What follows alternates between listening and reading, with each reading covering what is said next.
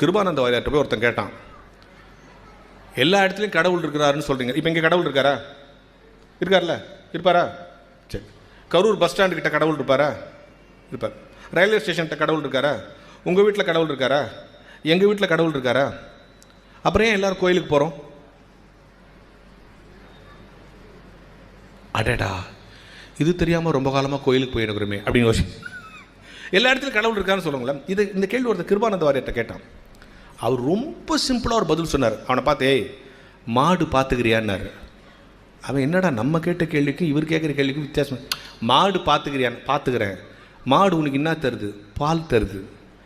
பால் எங்கேருந்து வருது? மாடுனுடைய ரத்தம் தான் நமக்கு பாலாக வருது.